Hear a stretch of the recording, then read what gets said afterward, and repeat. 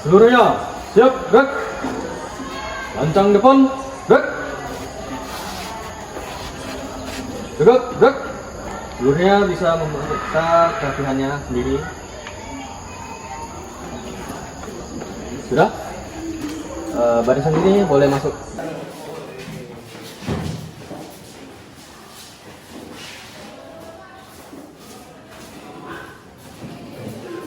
Baik, sebelum kita memulai pembelajaran, saya minta kepada ketua kelas untuk memimpin doa. Kepada ketua kelas dipersilakan. Berdoa selesai. Beri salam.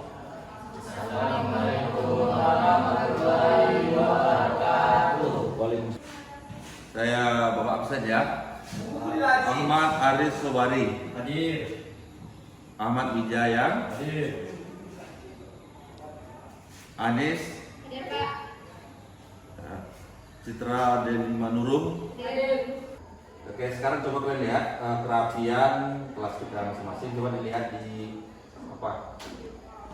Di sekitar meja-mejamu. Pelajaran tidak ada sampah yang berserakan. Oke. Sudah ketua? Motivasi hari ini. Coba, Mawar, apa motivasi kemarin ini Mawar? Tetaplah semangat. Oke, ketua? Kunci dari kesuksesan dalam belajar. Ada lagi yang menyampaikan motivasi hari ini? Kamu? Malas, Pak. Jangan malas-malas. Ayo, yang lain. Sebuah kegiatan. Jadi apa sih yang akan kita capai pada hari ini? Itu sebenarnya mengapa kita harus memotivasi diri kita ketika di pagi hari seperti saat sekarang ini. Ya, tidak malas. Bagaimana caranya tidak malas-malas? Dimulai dari apa? Mindset adalah sebuah pikiran. Itu mulai dari pikiran. Mengapa itu harus saya tanyakan? Supaya kamu mengingat-ingat apa sih tujuan kamu hari ini. Apa yang ingin kamu capai di jangka pendek. Saya yakin jangka pendek yang kita lakukan secara bertahap itu akan menjadi sebuah proses yang bagus untuk masa depan. Ya. Jadi kita mulai dari hal-hal kecil, apa-apa. Ya. Sudah apa yang kita pikirkan, itulah yang harus kita lakukan. Maka sesuatu yang kita lakukan harus berpikir positif. Oke? Baik. Supaya pembelajaran ini lebih semangat lagi, saya minta nanti kita sama-sama menyanyikan lagu Indonesia Raya. Semuanya dipersilakan berdiri.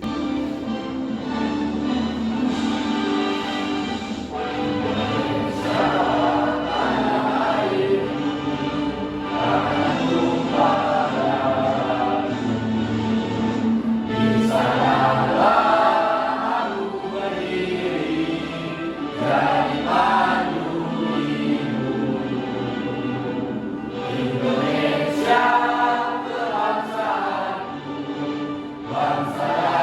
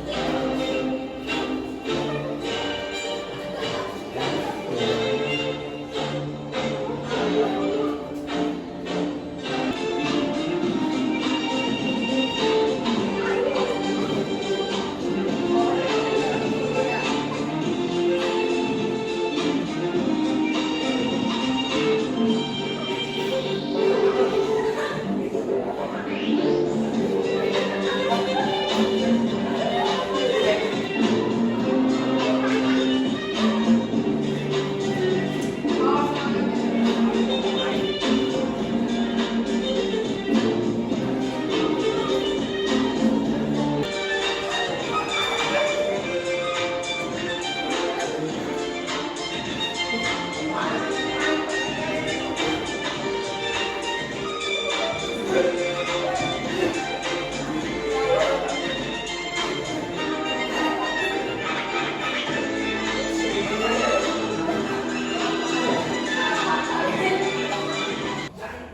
atau Candi Borobudur. Ini adalah Candi Borobudur. Kamu bilang ini adalah candi. Dijawab ini apa? Candi Borobudur. Ini coba perhatikan gambar yang ada di layar, ya. Di sini ada sebuah gambar, ya. Ini adalah salah satu gambar. Coba siapa yang bisa menjawab ini gambar apa? Candi Borobudur. Salah satu ini adalah Pembuatan jin. hah? Pembuatan jin. Yang lain?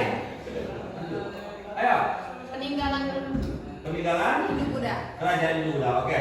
Baik, berkaitan dengan gambar ini, kita akan hari ini yaitu tentang kita akan membahas tentang kerajaan Hindu Buddha.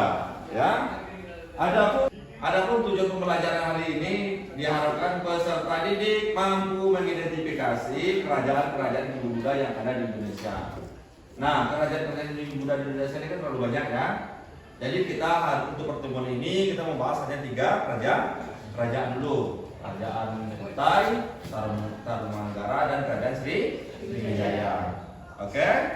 Jadi untuk mampu kalian mengidentifikasi masalah kerajaan Hindu Buddha yang ada di Indonesia ini, nanti saya harapkan kita membentuk sebuah kelompok.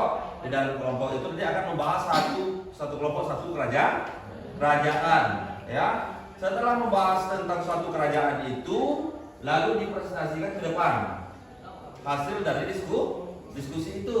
Setelah hasil diskusinya disampaikan, saya harapkan kawan-kawan juga memberikan tanggapan atau pertanyaan untuk kerajaan yang sudah ditampilkan, ya. Oke? Pertanyaan apa sih yang dilihat apa? Jadi saya harapkan ketika menonton video ini juga ditulis, ya, isi video itu apa, ya. Silakan juga ditulis. Silakan disiapkan pensil atau penanya atau kertasnya disiapkan. Sudah? Siap?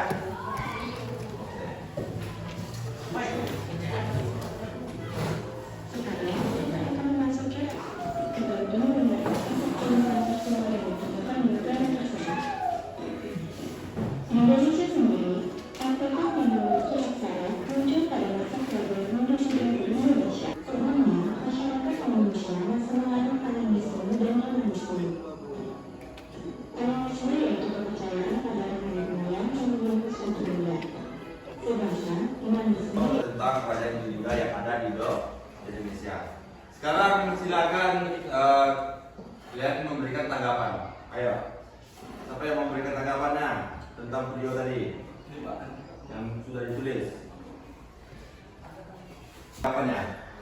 Saya maksudnya Hindu Buddha abad 3 Maksudnya pada abad 3 Masehi.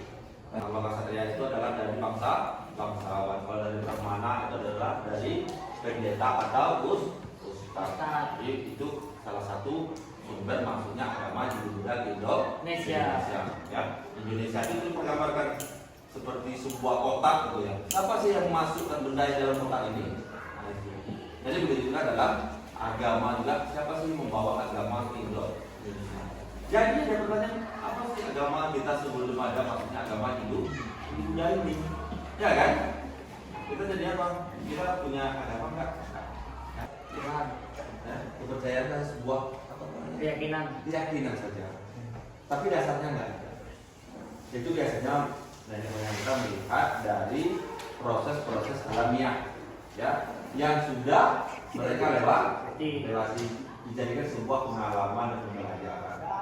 Contoh, umpamanya dia tertidur di bawah pohon lalu mendapatkan apa namanya mimpi apa segala macam. Lalu mimpi itu menjadi sebuah kejadian. Lalu kejadian juga yang sama juga berwujud dalam dunianya. Oke, baik. Sekarang kita sudah terbentuk kelompok 1, 2, dan 3. Jadi sebelum kita presentasi ke depan kelasnya nanti, kita akan membahas tentang kerajaan-kerajaan Hindu Buddha di Indonesia.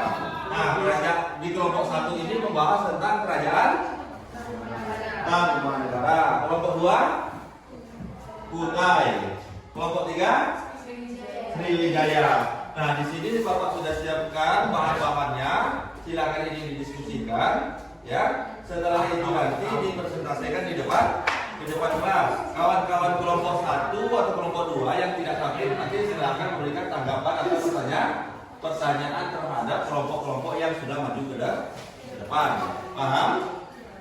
Sekarang silakan dikerjakan ini, yang lain menyimak, dan ketua kelompok silakan dipimpin. Nah, dalam kelompok ini ada beberapa penilaian saya, bukan hanya dalam hasil diskusi kelompoknya saja, tetapi adalah nilai kekompakan, kerjasama.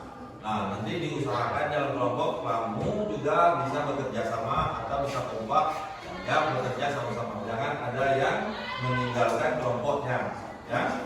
Dan tidak ada juga berjalan dari kelompok satu ke kelompok yang lain. Bisa dipahami? Ada yang bertanyakan? Ya. Oke, silakan.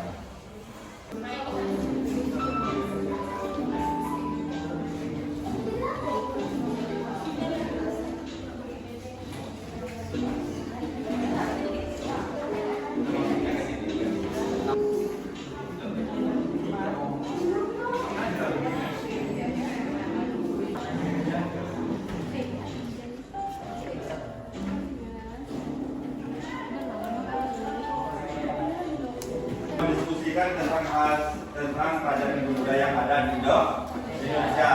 Nah, selanjutnya kita akan mempresentasikan hasil diskusinya kelompok. Baik, untuk maju ke depan, Bapak minta kelompok Tarumanegara, Raja Tarumanegara, kepada kelompok Raja Tarumanegara, silakan ke depan. Assalamualaikum warahmatullahi wabarakatuh. Waalaikumsalam. Kami dari kelompok 1 ingin mempresentasikan tentang Kerajaan Tarumanegara, dan ini rekan-rekan kami yang bernama Sabrina, Novita, dengan Erlika yang akan membacakan tentang Kerajaan Tarumanegara, yaitu Bima Satria Negara. Kita membacakan Kerajaan Tarumanegara. Kerajaan Tarumanegara adalah sebuah kerajaan yang pernah berkuasa di wilayah Pulau Jawa bagian barat pada abad ke-4 hingga abad ke-7 Masehi, yang merupakan salah satu kerajaan tertua di Nusantara.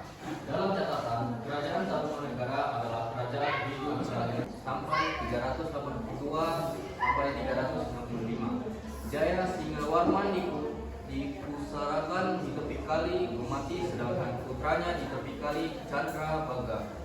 Maharaja Purnawarman adalah raja kerajaan Tarumanegara yang ketiga, 355 sampai 430. Terima kasih dari Saudara Bima yang telah membacakan tentang Kerajaan Tarumanegara. Apakah ada pertanyaan dari kelompok 2 sama kelompok 3?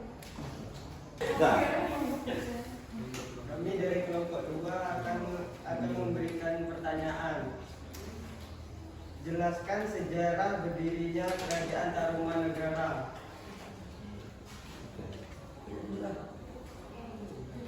Terima kasih. Kami dari kelompok 3 akan memberikan satu pertanyaan. Jelaskan yang menjadi bukti tentang berdirinya Kerajaan Tarumanegara. Menjawab pertanyaan dari kelompok 2. Jelaskan sejarah berdirinya Kerajaan Tarumanegara. Kerajaan Tarumanegara adalah kerajaan Hindu tertua kedua di Indonesia. Kata Tarumanegara berasal dari kata Taruma dan Nagara. Nagara artinya kerajaan atau negara, sedangkan Taruma berasal dari kata Tarum yang merupakan nama sungai yang membelah Jawa Barat, yaitu Citarum atau Citarum. Kerajaan Tarumanegara didirikan oleh Raja di Rajaguru Jaya Singawarman pada tahun 358 sampai 382 Masehi. Nama Tarumanegara berasal Saya akan menjawab pertanyaan dari kelompok 3. Jelaskan yang menjadi bukti tentang berdirinya Kerajaan Tarumanegara. Selain peninggalan Candi Batujaya yang dinilai sebagai candi tertua Nusantara, ada 7 prasasti yang menjadi bukti berdirinya Kerajaan Tarumanegara. Yang pertama, Prasasti Jambu, Prasasti Kebon Kopi, Kopi, Prasasti Muara Ciantem, Prasasti Pasir Alwi, Prasasti Indahaya, Prasasti Tugu. Yang tadi itulah.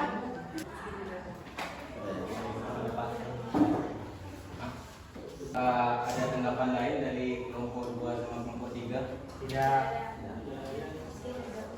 Sekian dari kami, terima kasih. Wassalamualaikum warahmatullahi wabarakatuh. Ya. Assalamualaikum warahmatullahi wabarakatuh. Waalaikumsalam. Kami dari kelompok 2 ingin mempresentasikan tentang Kerajaan Kutai bersama rekan-rekan saya, Mawar, Dinda, Alki, dan Atika. Sehingga diberi gelar bangsa Kerta, yang artinya pembentuk keluarga. Asmawarman memiliki 3 orang putra, dan salah satunya adalah Mulawarman. Putra Asmawarman adalah Mulawarman. Dari rupa diketahui pada masa pemerintah Mulawarman, Kerajaan Kutai mengalami rasa keemasan. Wilayah kekuasaan meliputi hampir seluruh wilayah Kalimantan Timur. Rakyat Kutai hidup sejahtera dan makmur. Kerajaan Kutai seakan-akan tak tampak lagi oleh dunia. Pertanyaan dari kelompok lain.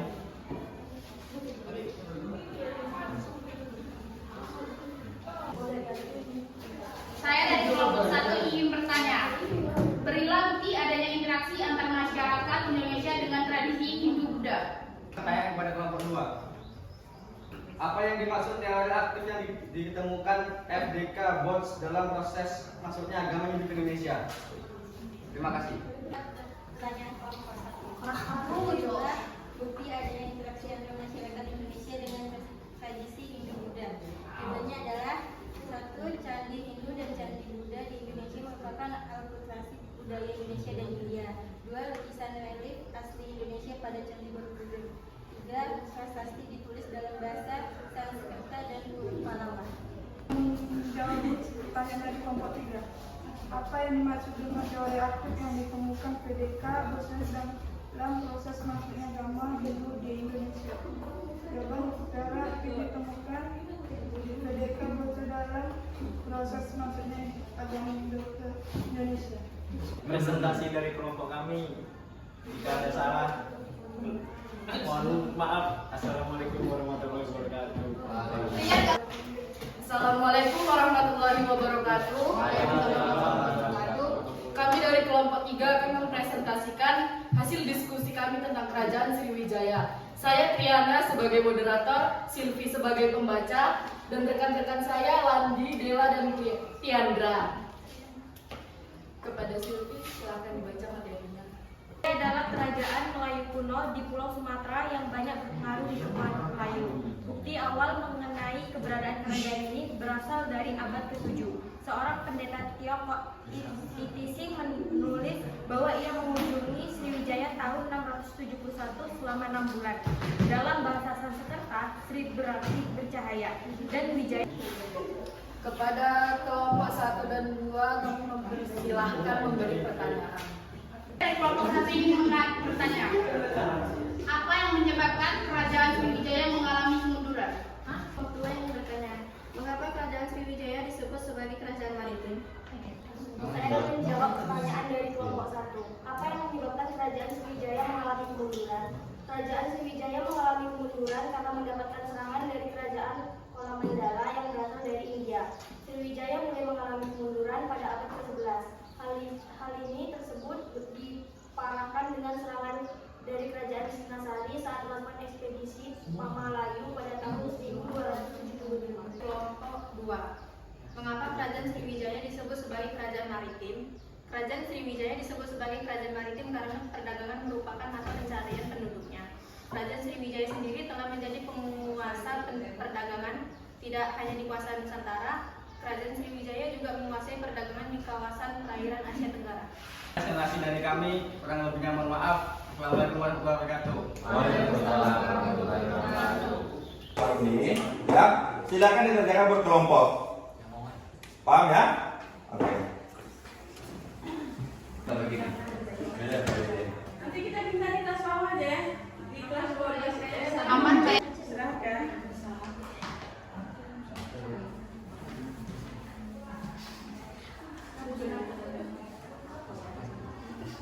Tiga kerajaan Hindu yang besar di Indonesia. Kediri yang berlokasi di Jawa Timur dengan pusat pemerintahan di Daha atau sekarang dikenal dengan Kediri. Kerajaan ini berdiri dengan kepercayaan Hindu Shiva. Yang kedua, Kerajaan Majapahit adalah kerajaan yang paling terkenal dan dibangun di atas hutan kering di sekitar Sungai Brantas. Kerajaan ini menjadi kerajaan terluas dengan wilayah hampir seluruh negara Indonesia sekarang.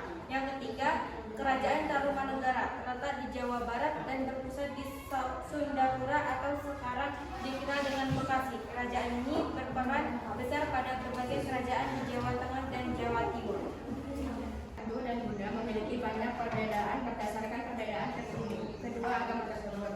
Ada beberapa perbedaan yang mendasar, yaitu dewa yang menjadi keyakinan agama Buddha hanyalah satu, yaitu Sang Buddha. Sedangkan agama Hindu memiliki dewa yang disebut Trimurti, yaitu Dewa Siwa, Dewa Wisnu, dan Dewa Dharma. Selain itu, ada juga perbedaan tentang sistem kasta. Pada agama Buddha tidak memiliki sistem kasta, sedangkan agama Hindu memiliki sistem kasta. Perbedaan lainnya adalah fungsi candi yang dibuat. Pada agama Hindu, candi digunakan sebagai makam raja-raja yang memiliki atap runcing yang disebut ratna. Sedangkan pada agama Buddha, fungsi candi adalah tempat beribadah yang bentuk atapnya berupa stupa. Yang berasal di Indonesia. Kerajaan Sriwijaya adalah kerajaan maritim yang ada di Sumatera dan wilayah kekuasaannya mencapai Jawa, Kalimantan, Sulawesi, Semenanjung Melayu, Thailand, Kamboja, dan lain sebagainya. Kerajaan Singasari atau lebih dikenal dengan Kerajaan Tumapel berdiri pada tahun 1222. Pada awalnya kerajaan ini hanya sebuah daerah bawahan Kerajaan Panjalu. Kerajaan Dharmasraya merupakan kerajaan yang berada di Sumatera yang muncul setelah runtuhnya Kerajaan Sriwijaya. Sekian, terima kasih. Bawa temannya. Ya. 1, 2, 3. 1, 2, 3. Ya, berhenti. 1, 2, 3, 4, 5, 6. Oke. Nah, putar berhenti. Putar. Oke, lanjut. 1, 2, 3, 4, 5, 6, 7, 8, 9, 10. Siap, dah.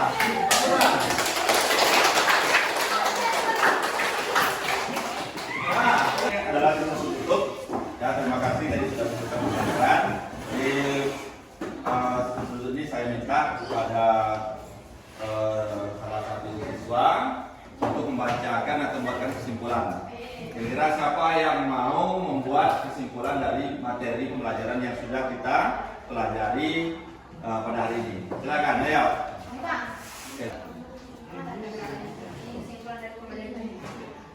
Berikut kesimpulan dari pembelajaran kita hari ini adalah munculnya pemerintahan kerajaan-kerajaan yang bercorak Hindu-Buddha di Indonesia tidak terlepas dari pengaruh kebudayaan India. Kebudayaan India itu bersentuhan dengan kebudayaan Indonesia. Bersentuhan kebudayaan ini terjadi sebagai salah satu akibat dari adanya hubungan yang dilakukan oleh orang-orang India dengan orang-orang Indonesia atau sebaliknya. Hubungan itu berawal dari kegiatan perdagangan sehingga pengaruh-pengaruh kebudayaan India dengan mudah masuk ke Indonesia. Oke. Baik, kasih tepuk tangan.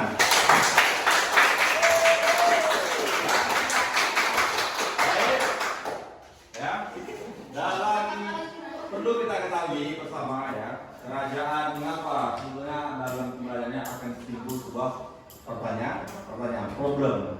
Ya, makanya proses pembelajarannya adalah PBL. Ya, timbul problem, timbul sebuah pertanyaan. Mengapa di Indonesia ini sangat-sangat dipengaruhi Hindu Buddha? Mengapa? Timbul pertanyaan. Ada yang jawab, kenapa kita bisa terkontaminasi oleh budaya atau agama Hindu itu? Ada? Salah satu sebabnya adalah karena kita letaknya di antara Cina dan India. Ya, jadi kita sangat bersentuhan berada di ini lagi. Jadi jalur perdagangannya seperti ini. Ya. Dia balik lagi. Harus balik ini ya. Jadi India berdagang ke orang Cina, berhentinya ke Indonesia. Jadi Indonesia adalah salah satu daerah persinggahan. Nah, jadi lama kelamaan mereka ini awalnya adalah berdagang Ustaz. Itu disebut dengan kasta Brahma bahwa oleh mereka. Jadi prinsipnya agama ini masuk memang disebarkan oleh para Brahmana untuk menyebarkan agamanya. Ya, namun beberapa teori ini juga ada titik lemahnya juga. Ya, nah pada titik lemahnya itu, ya, kaum Brahmana ini kayaknya nggak mungkin langsung masuk ke sini saja. Ya, itu biasanya karena dia adalah orang terhormat. Sama bupati tanpa ada undangan biasanya kan nggak mungkin nongol begitu aja kalau tanpa ada sesuatu yang ingin dia kan. Nah, selain dari itu adalah kasta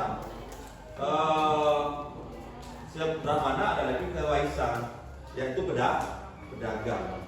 Pedagang juga boleh bisa jadi adalah orang-orang pedagang India atau Cina yang menyebarkan agama Hindu-Buddha ke Indonesia. Setelah itu ada kasatria. Kasatria ini adalah para kasatria pejuang, ya, yang lari dari negara-negaranya sehingga masuklah ke Indonesia. Lama-kelamaan dia juga menyebarkan agama Hindu-Buddha. Salah satu masuknya agama itu faktornya dari sini. Ya. Setelah itu barulah muncul kerajaan. Oke? Bisa dipahami? Bisa. Oke? Saya sudah melihat jadi hasil hasil tugas yang sudah kami kerjakan. Alhamdulillah semuanya bagus. Ada beberapa siswa yang memang belum bagus. Itu nanti kita evaluasi di pertemuan berikutnya, ya. Dan kita akan memberikan materi-materi yang lebih dalam. Mungkin perlu pendalaman materi. Ya, mungkin beberapa siswa kita saya panggil, ya kita diskusikan bersama. Baik, ya. Saya di akhir ini saya ingin memberikan sebuah motivasi kepada kamu semua, ya. Salah satunya janganlah berhenti untuk belajar. Kamu adalah arsitek untuk masa depan dirimu sendiri. Masa depan kamu hari untuk besok tidak bisa kamu ciptakan besok, tapi harus ada melalui proses hari ini. Ya, seperti yang saya sampaikan di awal pelajaran, ya, proses kecil itu akan menjadi arti. Ya. Saya Andika hari ini itu adalah wujud saya di masa lalu. Apa sih yang saya lakukan di masa lalu? Itulah wujud saya hari ini. Begitu juga kamu. Apa yang hasil yang kamu dapat hari ini itu adalah hasil usaha kamu di masa lalu. Apakah kamu baik atau buruk, kamu bisa menilai dari kamu sendiri. Ya. Jadi mau jadi apa kamu di masa depan juga itu tergantung pada dirimu sendiri. Intinya adalah mindset, cara berpikir. Bahkan orang kan akal boleh tapi bodoh jangan. Dan akal itu nggak apa-apa. Tapi jangan kelewatan sehingga mengesampingkan masa depan. Jadi ada juga tujuan-tujuan kecil yang harus kita konsisten mengikutinya. Ya, jadi saya harap juga kepada siswa semuanya jangan berhenti berproses. Jangan mau instan. Saya yakin orang yang memang hidupnya berproses di masa depan itu akan lebih tangguh menghadapi semua tantangan. Oke? Siap? Oke. Baik, untuk tugas minggu depan ya nanti saya share aja melalui link WA. Ya silakan dikerjakan untuk dibaca. Ya. Kedua, nanti silakan nanti tolong berdoa penutup. Ya. Kira-kira ada yang mau ditanyakan lagi? Tidak? Sudah bisa dimengerti? Tidak. Oke, coba. Baik, kita siap untuk pulang. Silakan berdoa. Siap. Sebelum pulang marilah kita berdoa. Berdoa dimulai.